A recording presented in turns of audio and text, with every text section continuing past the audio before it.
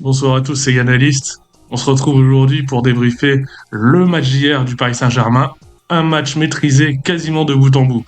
Mais avant de commencer le débrief, s'il vous plaît, abonnez-vous, suivez-moi, commentez, partagez, et c'est important pour le référencement, parce que plus de commentaires dit plus de personnes qui vont venir me voir. Et moi, j'aime bien qu'on me regarde. Parenthèse refermée, place au débrief. Gros match du Paris Saint-Germain hier. Gros match des attaquants, Doué, Kvara. Très gros match de ces deux-là. Le milieu de terrain est très solide aussi. Dembélé un peu en dessous de d'habitude, hein, moins en réussite, moins bon en 1 contre 1 que d'habitude. Mais c'est pas grave parce que ses compères ont pris le relais.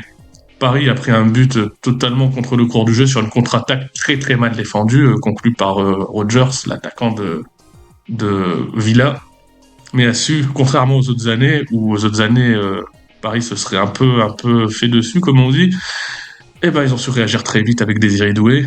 Un but magnifique, on le sent en pleine confiance, une frappe un peu en rupture où il perd ses appuis, qui fait quasiment pleine lucarne, but extraordinaire. Paris revient dans le match. Paris remarque un deuxième but à l'entame de la deuxième mi-temps sur un contre mené de main de maître et conclu par Kvara, je vais pas savoir dire le nom entier, sur une frappe pied gauche qui ne laisse aucune chance à Martinez. Il avait eu une énorme occasion en première mi-temps où on sent qu'il aurait pu se laisser tomber dans la surface parce qu'il y avait eu un contact. Il a préféré frapper. Martinez qui a aussi sorti une balle de justesse, une frappe de Doué, je crois.